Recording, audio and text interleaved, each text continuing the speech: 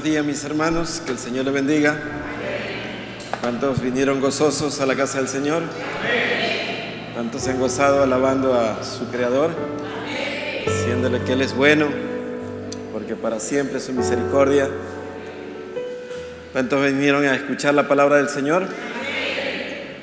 Vamos a orar, amados.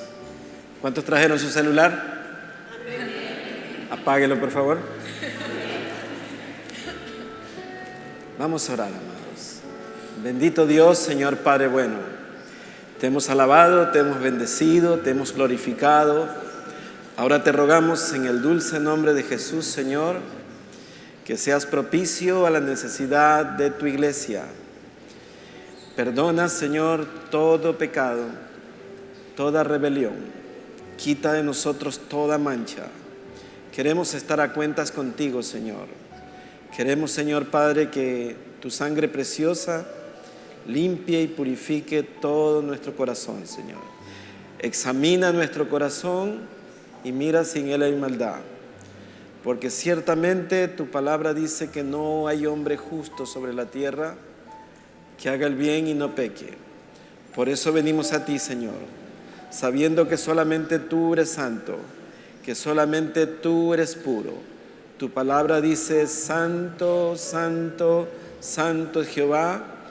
Toda la tierra está llena de tu gloria. Señor, te rogamos también que tu Espíritu Santo sea hablando a nuestras vidas, a nuestros corazones, y que tu palabra, Señor, pueda salir y cumplir para lo que tú le envías, Señor. Que nadie regrese vacío, que todos regresen alegres, gozosos, Señor Padre, llenos de tu palabra, Señor, llenos de tu Santo Espíritu, edificados conforme a tu plan y propósito, Señor. En el nombre de Jesús, abra su corazón y abra sus oídos, mis amados, y abra su Biblia en el capítulo 2 de Segunda de Reyes, capítulo 1. Este mensaje se llama La enfermedad de los tres reyes.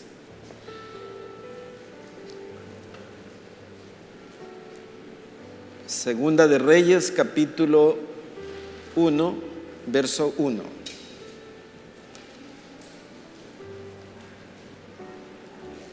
Y la palabra del Señor la leemos en el nombre del Padre, en el nombre del Hijo y con la santísima comunión de su Espíritu Santo.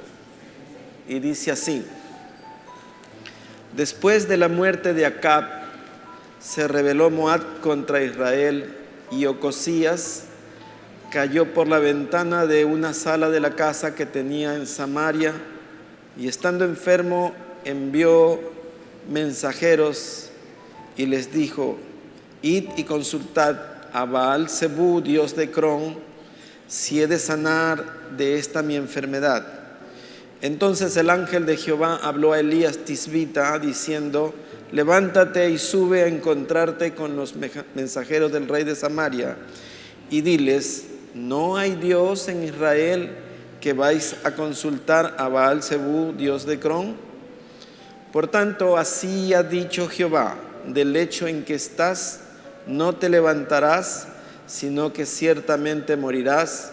Y Elías se fue. Amén. Pueden sentarse, amados.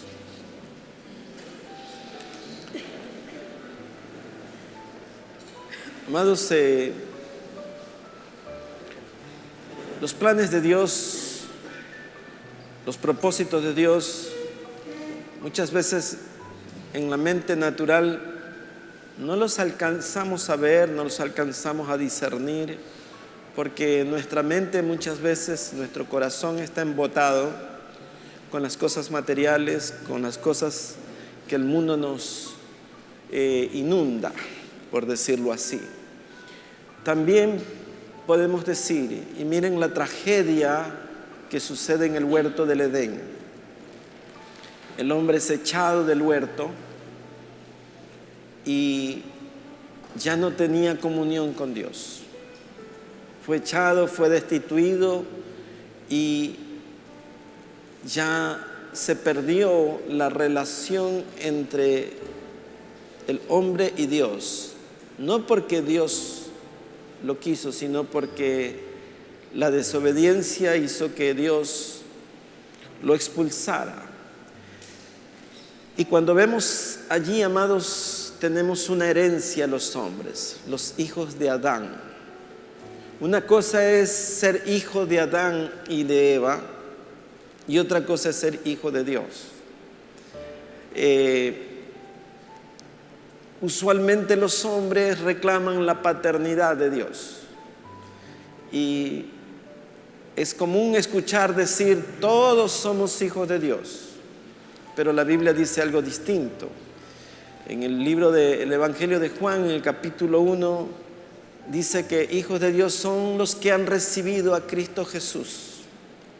Son los que verdaderamente lo reciben en su corazón. A eso se les da una potestad de ser llamados hijos de Dios. Por tanto, no nos equivoquemos en las apreciaciones y en la filosofía del mundo. Un hijo de Dios es alguien nacido de nuevo, porque necesita el hombre nacer de nuevo para poder convertirse en un hijo de Dios. El Señor Jesús dijo, si no nacieres del agua y del Espíritu, no entrarás al reino de los cielos. Las enfermedades, hermanos, la tragedia de la enfermedad, nosotros la vemos en lo físico. Sí, amados, y son instrumentos de Dios también. Que la migraña, que el asma, que la diabetes, que la hipertensión, que el corazón, que la artritis, que el dolor, que el hígado, que el estómago, que el colon, que las hemorroides, que las hernias, todas son enfermedades. Y en su momento pasan a ser instrumentos de Dios. Son instrumentos en donde en la carne Dios elabora su trabajo también. La carne como tal, amados, tiene que ser tratada. Las amas de casa, los que cocinamos, buscamos carne suave cuando vamos a queremos un filete, lomo fino pedimos, lomo de asar, picaña algunos piden, y hay unas carnes que tienen que coccionarse bastante tiempo para que se ablanden. Y a veces, amados, no advertimos, no nos damos cuenta de la bondad de Dios, que Dios está tratando nuestra carne también, para que podamos nosotros prepararnos y ser suaves, amados, en las manos de Él. Entonces, el buen cocinero, los que sabemos cocinar, le ponemos la temperatura a la carne y el tiempo necesario como para que esté suave, apetitosa, pero que tampoco se queme, ¿verdad?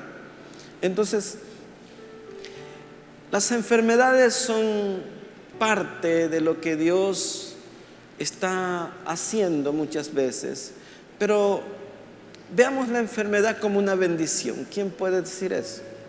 Alguien dice, este pastor está loco, y es médico encima. Pero es que la oportunidad de ser tratado para que el alma sane, para que el carácter mejore, para que el lenguaje se corrija, para que lo que decimos sea bendición, tiene que ser tratado. No es bueno que el hombre muera sin enfermedad de un momento a otro. No tuvo tiempo, pero en una cama usted tiene el tiempo, tiene la bendición de decir, Señor, me pongo en tus manos. Señor, lo que tú digas, hasta cuando tú digas. Cada día que me das, te alabo, Señor, porque aunque esté con este dolor, yo no dejaré de alabarte y bendecir tu nombre, porque tú eres bueno. Entonces, es una actitud distinta a la soberbia, a decir, es que Dios se ha olvidado de mí, ¿cómo va a creer? Yo que lo he servido tanto tiempo, yo que soy una buena madre, un buen hijo.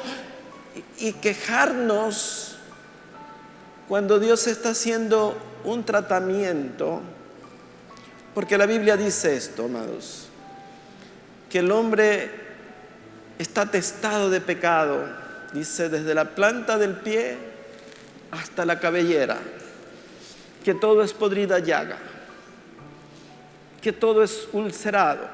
Oh, si pudiéramos ver las manchas del pecado, amados, quedaríamos horrorizados como cuando vemos cual lepra, donde no hay dónde poner un dedo, donde todo hiede, en donde todo es pestilencia, en donde se aprieta sale pus. Esa es la condición del hombre cuando no tiene a Cristo Jesús. Y aún nosotros, amados, que hemos recibido a Cristo, podemos decir, como dice el libro de Proverbios, ¿quién puede decir, yo he limpiado mi corazón, limpio soy? ¿Quién puede decir, limpio soy? Si aún hay malos pensamientos, si aún tenemos egoísmo, si aún nos peleamos con el vecino, si aún tenemos diferencias y divisiones en la iglesia, si aún queremos ocupar un puesto nosotros. Y si no, mire, los discípulos del Señor caminaban con el Señor y vinieron 2 de ellos con su madre a decir, Señor, yo quiero sentarme a tu lado. Y él queremos siempre palanquearnos, ocupar un puesto, sea ministerial o no. Dios es el que pone. La Biblia dice que Dios es el que pone y quita reyes, y que Él reparte los ministerios conforme a la necesidad, amados. Entonces, no podemos pretender ocupar un puesto hasta que Dios mismo no nos ponga. Pero esa es la mente del hombre. La mente del hombre vive siempre queriendo escalar y subir y pretender ser más que otro. El pecado, amados, es el que nos saca del ámbito en donde está Dios. La relación con Dios se mantiene cuando vivimos en comunión con Él. Y entonces Dios tiene que salvar, como decimos nosotros, del ahogado el sombrero. ¿Ha visto cuando alguien se ahoga? ¿Qué tal el sombrero? Te salva el sombrero. A veces ya no pudo tener tiempo para servirlo ministerialmente una persona 30, 40 años al Señor, 50 años. Pero el Señor salvará el alma. Y entonces tiene que aplicar un tratamiento. A veces el tratamiento, como cual fuego, si la temperatura es alta, no es lo mismo que usted se meta a un baño de vapor, a un baño turco, a que lo metan a un horno. Y si la carne es dura, y si es resabiado, como algunos pero aquí no, en otros lados, que dicen, ¿y a mí por qué? ¿Y por qué me tocó a mí esto? ¿Yo qué he hecho? Yo no me merezco. Porque creemos que somos dignos. Y el único digno se llama Jesucristo. Él es puro, Él es santo. Él sí es digno de toda alabanza, amados.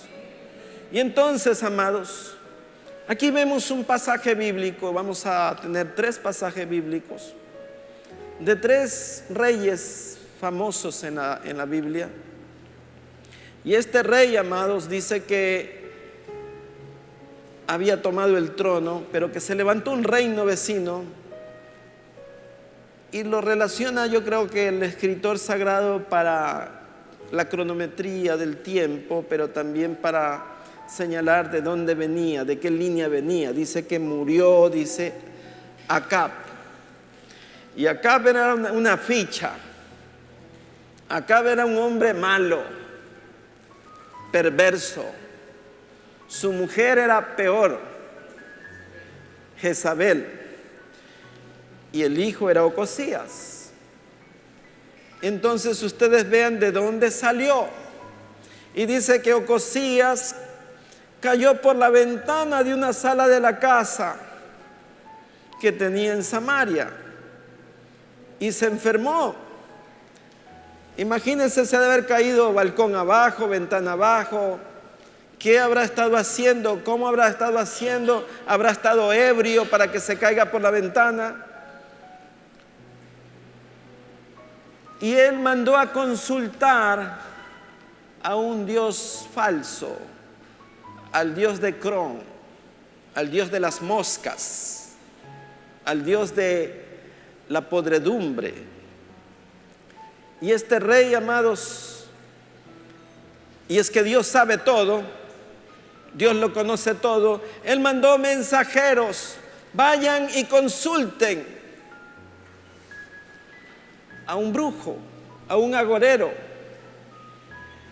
Y Dios le habla a su siervo, el profeta, y le dice: sal al encuentro y dile, ¿acaso no hay Dios en Israel al que tú consultes?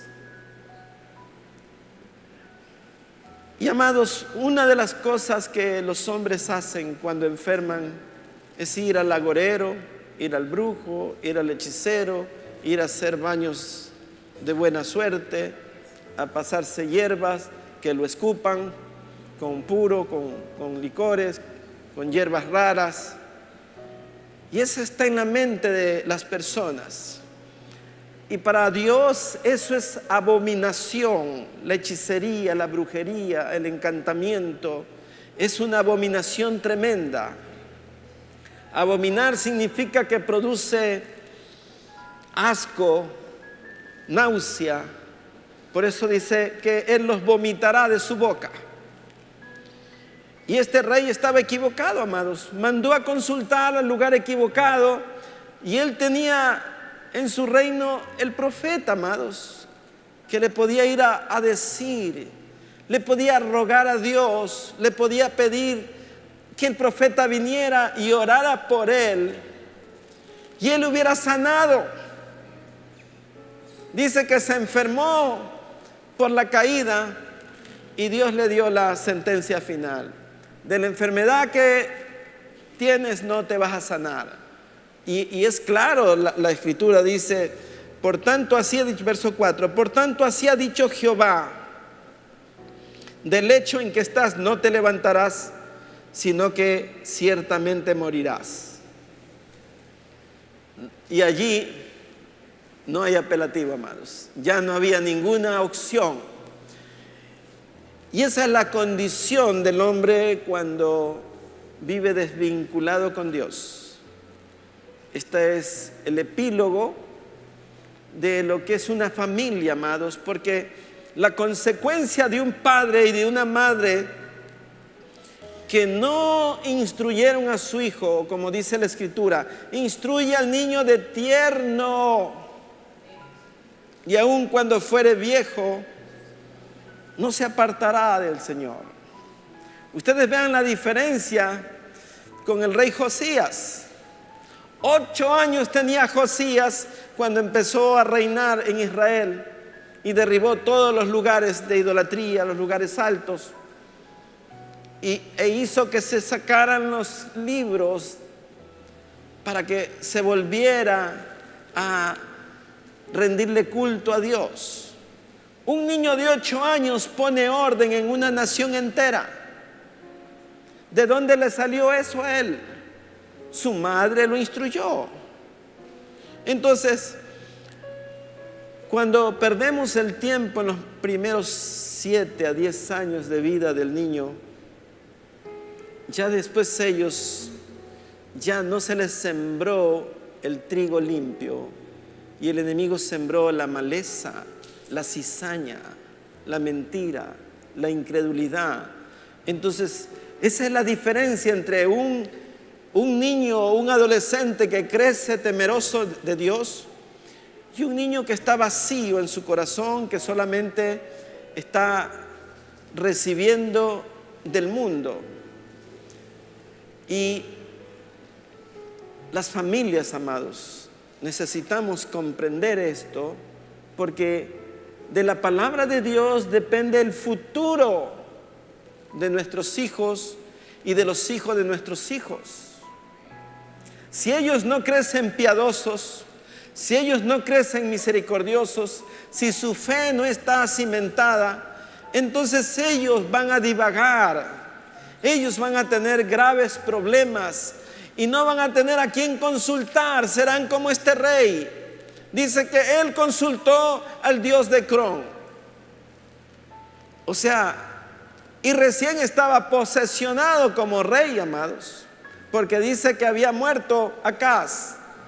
O sea, estaba recién empezando su mandato. Pero cuando la maldad es tanta, Dios tiene que cortar, Dios tiene que mandar juicio. Entonces, el punto es ese. El día sábado tuvimos un servicio precioso al amanecer, a las 6 de la mañana, un culto de oración, y empezamos un discipulado ya. El discipulado, amados, es importantísimo, porque del discipulado depende el crecimiento de la iglesia. Una cosa es el creyente y otra cosa es el discípulo. Hay muchos que no pueden ser discípulos porque para ser discípulo hay que ser obediente. Ser discípulo es decir, mi agenda, mi tiempo te pertenece, Señor. Y es renunciar a nuestros planes, a nuestros propósitos. Cuando el Señor escogió a sus discípulos, no se escucha que Pedro o Juan o Jacobo le dijeran: Señor, pero tengo un cumpleaños, es el cumpleaños de mi mamá, no puedo ir. Porque la Biblia dice: el que no aborrece padre y madre por mi causa, esposa, hijos, no puede ser mi seguidor, no puede ser mi discípulo. El discípulo, amados, es alguien que verdaderamente tomó una decisión. Alguien dirá: bueno, tengo que crecer. No, el discipulado no depende del crecimiento, es una decisión. Entonces, sí o no, es una decisión.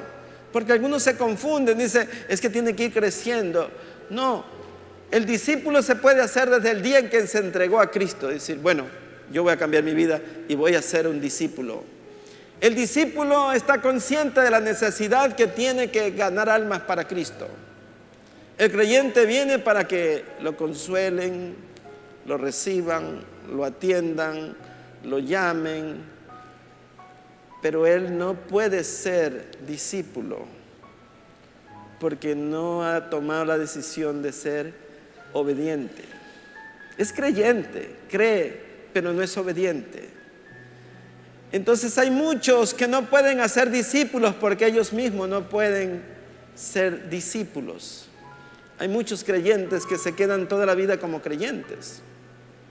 Pero ahí se las dejo. El próximo sábado continuamos con la clase de discipulado. Está toda la iglesia invitada. A las 6 de la mañana es el culto de oración. Y es paralelo el ministerio, amados. Sin oración no hay discipulado. Porque el discipulado, amados, requiere de mucha oración. El discipulado significa bendición, pero también significa persecución. Vamos a ser perseguidos por el enemigo cuando usted ejerza un ministerio, un discipulado correcto. Entonces, usted ya se preocupará por las necesidades. No vendrá a que lo sirvan, sino vendrá a servir. Ese es el discípulo.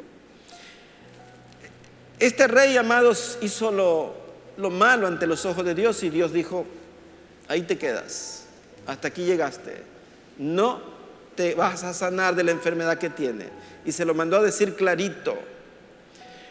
Y no se ve en él que dijera: Señor, perdóname, me equivoqué. Nada. Él, si ustedes ven la historia, que es motivo de otro mensaje, manda 50 soldados después a traerlo a las bravas al profeta. Y el profeta le dijo: si yo soy profeta de Dios, caiga fuego del cielo y consúmate, le dijo al capitán. Y se murieron los 50 y el capitán encima. Pero eso es otra predicación. Ahora vamos a ver, amados, en el libro de Segunda de Crónicas, en el capítulo 16, porque vamos a ver 3 reyes, ya vimos el primero. Segunda de Crónicas, capítulo 16, en el verso 12. Me dan un amén cuando ya tengan. Dice, en el año 39 de su reinado, o sea, 39 años de rey, Asa enfermó gravemente de los pies, y en su enfermedad no buscó a Jehová, sino a los médicos. Y durmió Asa con sus padres y murió en el año 41 de su reinado. O sea, él 2 años estuvo enfermo y no buscó a Dios. Pero si ustedes ven la historia de este rey, amados, es trágico porque cuando ven la vida de Asa, dice que Asa estaba reinando y dijo: hagamos murallas, hagamos muros, hagamos columnas, barras, porque Jehová está con nosotros. Y dice que Dios mandó paz por todos los lugares por cuanto ellos habían buscado a Dios, y no hubo guerra ni nada. Y después se levantó un etíope con 1 millón de soldados y todos vinieron contra Asa, pero Dios salió en su defensa y todos ellos murieron. Pero después de todo esto, de haber tenido una efervescencia espiritual, dice aquí que Asa se molestó con Dios, porque en verdad a veces nosotros creemos que Dios tiene que hacer siempre como nosotros queremos. Dice en el verso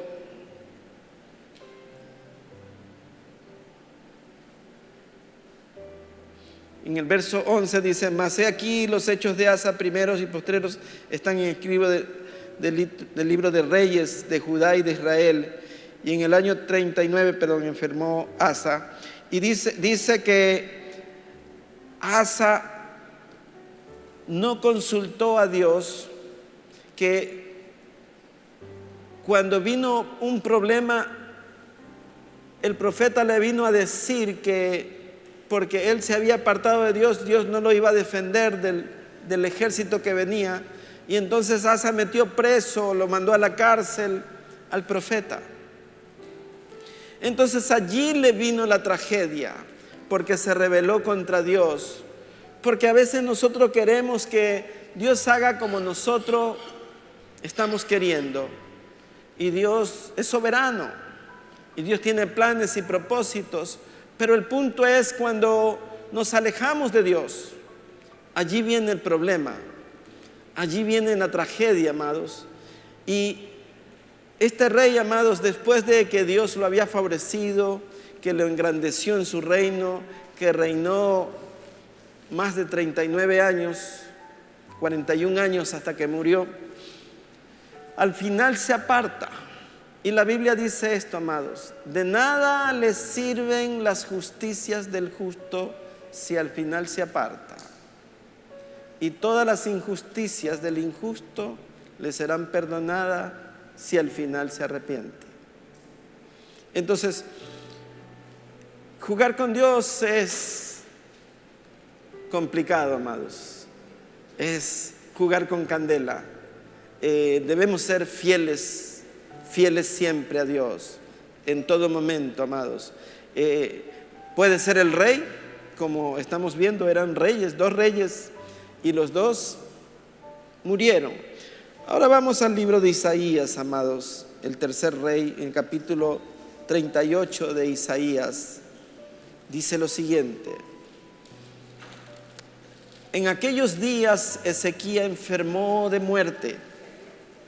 Isaías 38, verso 1. En aquellos días Ezequías enfermó de muerte y vino a él el profeta Isaías, hijo de Amós, y le dijo: Jehová dice así: ordena tu casa porque morirás y no vivirás. Entonces volvió Ezequías su rostro a la pared e hizo oración a Jehová y dijo: oh Jehová, te ruego que te acuerdes ahora que he andado delante de ti en verdad y con íntegro corazón, y que he hecho lo que ha sido agradable delante de tus ojos. Y lloró Ezequías con gran lloro. Entonces vino palabra de Jehová a Isaías diciendo: ve y di a Ezequías: Jehová Dios de David, tu padre, dice así: he oído tu oración y he visto tus lágrimas. He aquí que yo te añado a tus días 15 años más. Entonces vean la diferencia entre los dos reyes anteriores. Ellos fueron soberbios, ninguno clamó, ninguno pidió la misericordia de Dios. Pero aquí este rey recibe un recado de Dios por parte del profeta. Y es algo especial, como dice: de cierto morirás y no vivirá. ¿Quién puede morir y vivir? Si muere, muere, aparentemente, pero no, amados. Ahí está hablando de la muerte eterna. Porque para el Señor, los hijos de Él duermen. Ellos duermen hasta que vayamos a la presencia de Él. El Señor Jesús, cuando resucitaba, decía: Él está durmiendo, Lázaro está durmiendo, dijo. Y cuando se acercó al sepulcro de Lázaro, dijo: Lázaro, levántate, ven fuera. Y Lázaro se levantó. Entonces vemos que para Dios, amados, la muerte no es el fin de las cosas. La muerte no interrumpe nuestra relación con Dios, más bien la perfecciona. El problema de nosotros es que para nosotros la muerte es un enigma, porque creemos que vamos a un lugar oscuro.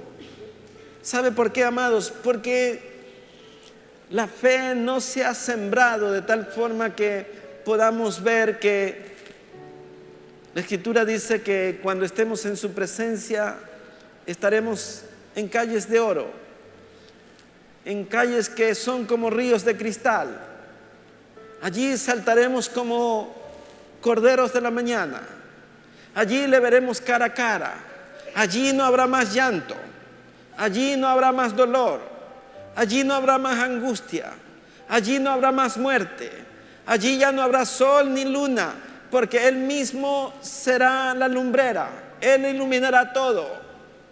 Entonces vemos que es una ciudad, la Nueva Jerusalén, que tiene 12 puertas y que sus puertas están abiertas y que sus puertas están revestidas de piedras preciosas, de cornalina, de berillo, de oro, de marfil, de todo tipo de piedras que la Biblia describe, amados, para enriquecer la belleza de lo que está allí.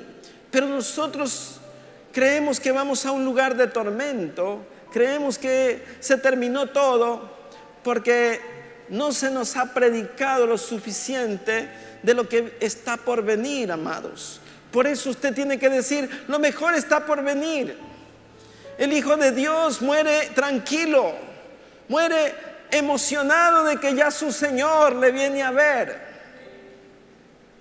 de que, como dice el Señor, dice: el que cree en mí, aunque esté muerto, vivirá. Yo soy la resurrección y la vida, dice el Señor Jesús. Entonces, este hombre estaba allí. Y noten ustedes el poder de la oración, Noten ustedes, por decirlo de una manera parafraseando, la comunicación con Dios. ¿Cómo supo Dios que el profeta estaba orando, que el rey estaba orando, que se fue como Kiko a la pared a llorarle? Dice que lloró con gran lloro. Y la Biblia dice que Dios está con el quebrantado, con el que se humilla, con el que reconoce la majestad de Dios.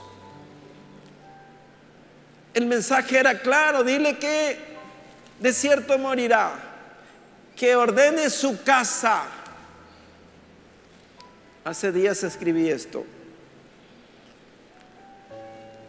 Estamos en una casa de la que no podemos salir, este estuche. Pero esta casa sí se puede ordenar, sí se puede cambiar. Usted no puede salir de esta casa, pero sí puede cambiar los muebles, sí puede ordenar lo que está aquí adentro en este corazón, sí puede ordenar su carácter. Hay cristianos con un carácter que no se les puede decir nada. Son intemperantes, no tienen paciencia, son agresivos, son groseros, sacan un lenguaje de artillería pesada y son hijos de Dios. Con esa boca alaban. Hay manos que no se extienden al necesitado, hay manos castigadoras, hay manos cerradas, como el hombre de la mano seca que narra el Señor Jesús cuando estaba en la sinagoga. El libro dice: he aquí, y miren cómo lo dice, he aquí. O sea, para hacer llamar la atención, había ahí un hombre con mano seca en medio de la congregación, y que se lo pusieron al Señor Jesús para ver, porque era día sábado, si él lo sanaba. Y el Señor le dijo: ven acá, y lo puso adelante para que todos lo vean, y le dijo: ¿qué es? ¿Es bueno sanar, hacer el bien o el mal, dar vida o dar muerte en el día sábado? Y todos los fariseos se quedaron calladitos. Y dijo: extiende tu mano. Y esa mano que estaba muerta tomó vida.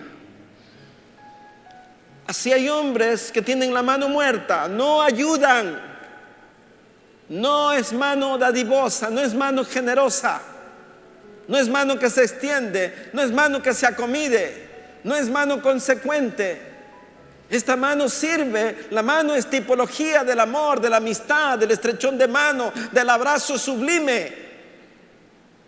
Cuando somos parcos, con las manos ahí, ni siquiera levantamos las manos al Señor. Y la Biblia dice: levantad manos, batid manos, todo lo que respire, alabe a Jehová.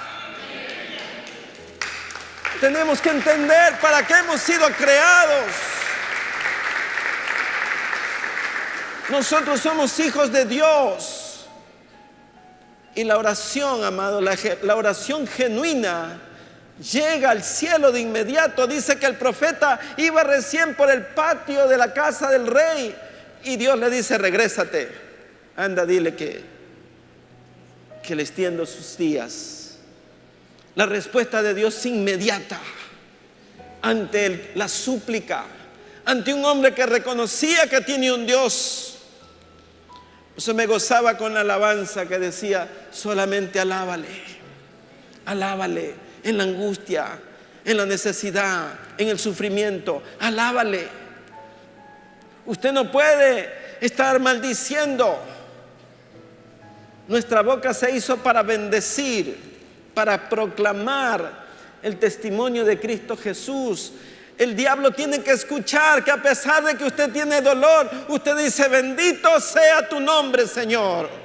Tú eres mi Dios, yo te alabo, Señor, yo te quiero servir, sáname para poderte servir.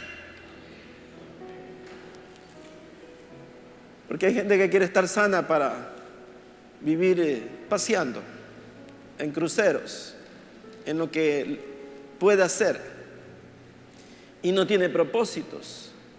Nuestra vida tiene que tener propósito. Si queremos vivir, para Él vivimos. Y si morimos, para Él morimos. Sea que vivamos, sea que muramos, de Él somos, dice la Biblia. Entonces tenemos que vivir para alabarlo, para bendecirlo, para glorificar, para contarle al mundo que no conoce el Dios que alabamos. Ellos han de decir, estos están locos ahí encerrados todos los domingos, en vez de irse a la playa, en vez de irse a montañita, a la ruta del sol, a solearse unas cuantas horas. Nosotros venimos a alabar al Señor, a recibir de su Santo Espíritu, a ser llenos de la palabra. Y es que, amados, para que usted no sea un cadáver religioso, tiene que recibir del Espíritu de Dios. Y el Espíritu de Dios viene cuando usted lo pide. Si usted le dice, Señor, dame de tu Espíritu, eso es lo que Él quiere que usted le pida. Señor, dame sabiduría. Eso es lo que Él quiere que le pida. Porque cuando usted tiene sabiduría, entonces usted hace cosas buenas. Usted puede ser inteligente y eso es distinto. La inteligencia se mide hasta en puntaje. Pero la sabiduría es incuantificable.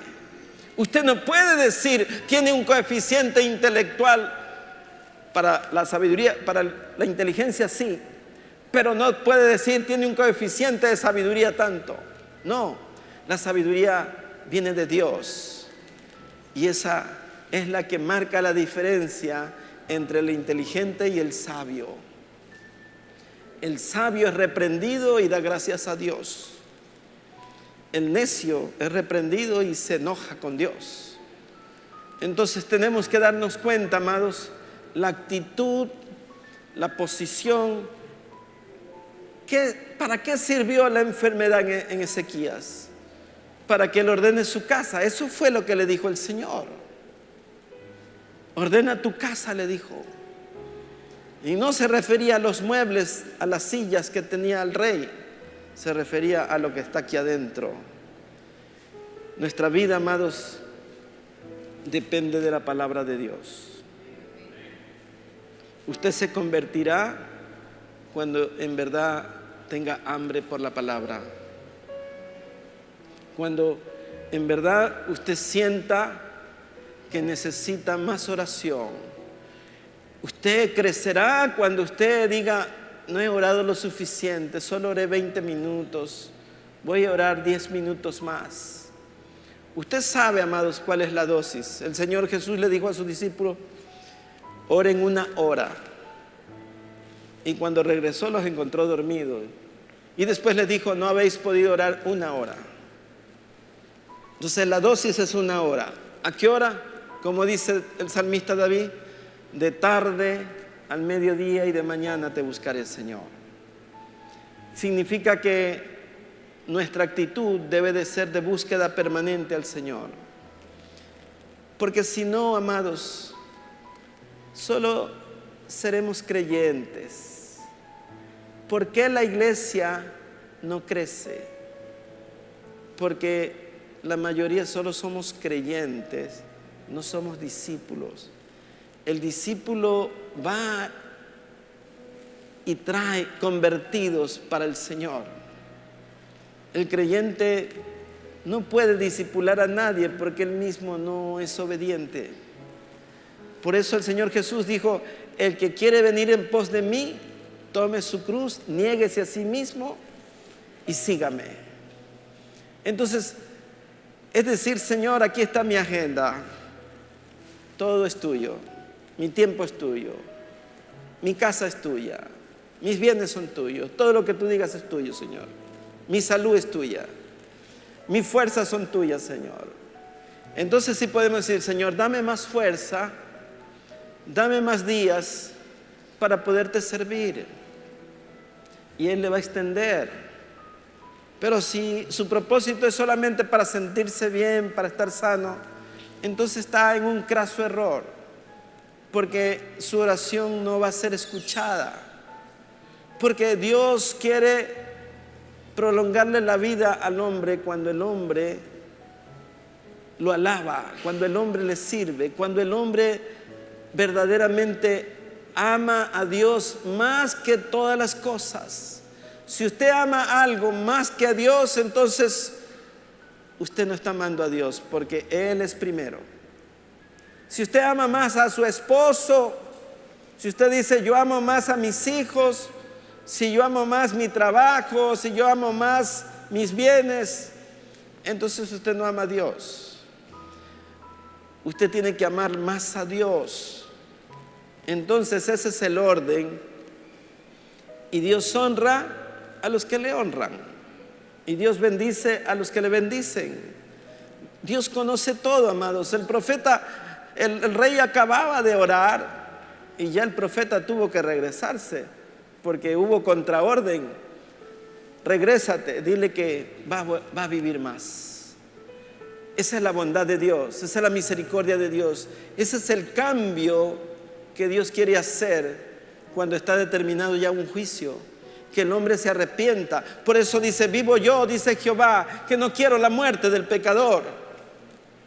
Dios está dispuesto siempre, aún en situaciones extremas, amados. Cuando al Señor Jesús vino Jairo a decirle, Señor, mi hija se muere. Y cuando dijeron, ya tu hija murió, el Señor le dijo, no temas, no hagas caso de eso, tu hija duerme. Y cuando fue a la casa, ya estaba montado el escándalo, el grito, la flauta, las lloronas que habían en esa época. Y todos se reían porque él dijo, la niña duerme. Entonces Jesús dice que tomó a Pedro y a los padres de la niña y entró y le dijo a la niña, niña, a ti te digo, talita cumi, levántate. Y la niña se levantó y ordenó que se le diera de comer. Y fue glorificado el nombre del Señor, amados. Porque Dios llama las cosas que no son como si fueran. Hay mucha gente, amados, que muere sin conocer el evangelio de verdad. Porque nosotros no testificamos. Nosotros tenemos que testificar, amados. No se necesita de muchísimos. Habían multitudes que escuchaban al Señor Jesús, pero solo 12 escogió Él. Había multitudes, amado. La gente lo apretaba, pero solo 12 cambiaron el mundo, amados, y sembraron la iglesia primitiva. Y ese mensaje permanece hasta hoy, amados, por estos hombres que el Señor llamó. Que en este día, amados, nosotros cambiemos la visión de en quién nos encomendamos, a quién pedimos, qué decimos cuando estamos enfermos, qué decimos cuando estamos en dificultad. Porque es en la crisis que sale a ver lo que somos. Es cuando nos machucamos el dedo si decimos gloria a Dios. Es cuando nos han quitado algo que decimos Dios proveerá. Jehová Dios dio, Jehová Dios quitó, bendito sea el nombre de Jehová. Y Job había perdido todo, su salud, sus hijos, 8 hijos perdió el mismo día. Y ahí estaba su mujer impía diciendo, muérete y maldice a Jehová. Y Job dijo, no, como mujer fatua has hablado. Jehová Dios dio, Jehová Dios quitó, bendito sea el nombre de Jehová. Cuando nuestra determinación, pase lo que pase, es darle gracias a Dios en todo y por todo. Él conoce los corazones. La Biblia dice que los ojos de Jehová están abiertos para contemplar toda la tierra y ver a aquellos que son de corazón perfecto para con Él, para mostrar su favor para los que tienen corazón perfecto para con Él. Entonces tenemos que darnos cuenta, amados, que aún nuestra meditación debe ser santa, porque Él conoce sus pensamientos. Dice que Jesús, cuando los fariseos cavilaban en su mente, decían, ¿por qué caviláis? ¿Por qué pensáis así? Dios conoce lo que pensamos. Aún no está la palabra en nuestra boca y ahí Él la sabe toda. Entonces, nuestra reflexión, lo que decimos, lo que vamos a decir, pensemos bien.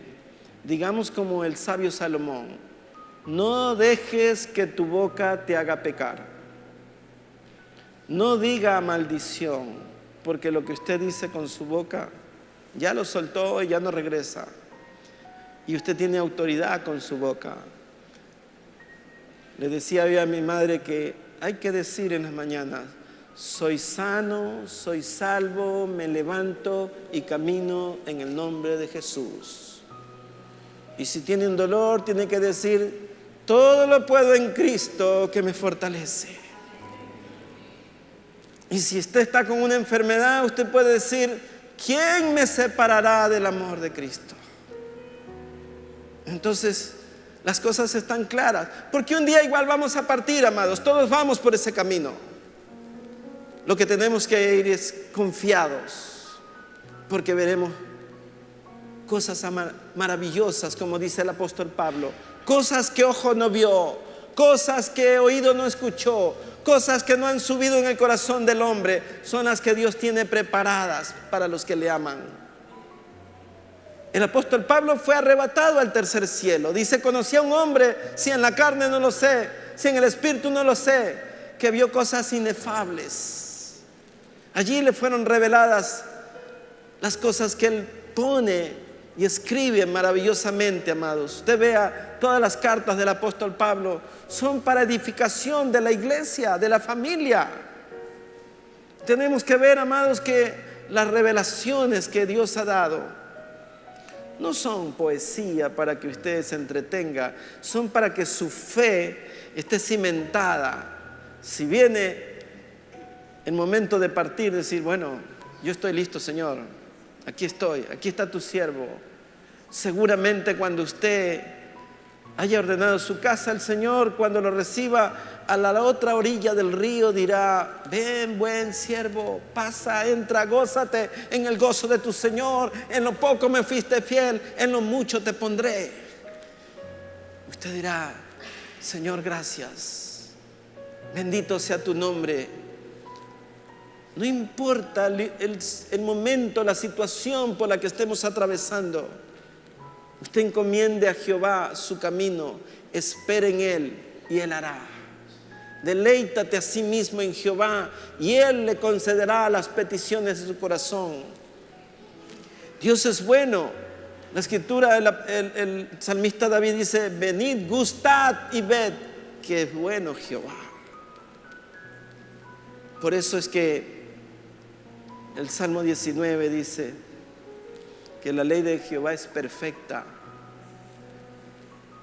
que transforma el alma. El alma tiene que ser transformada, amados.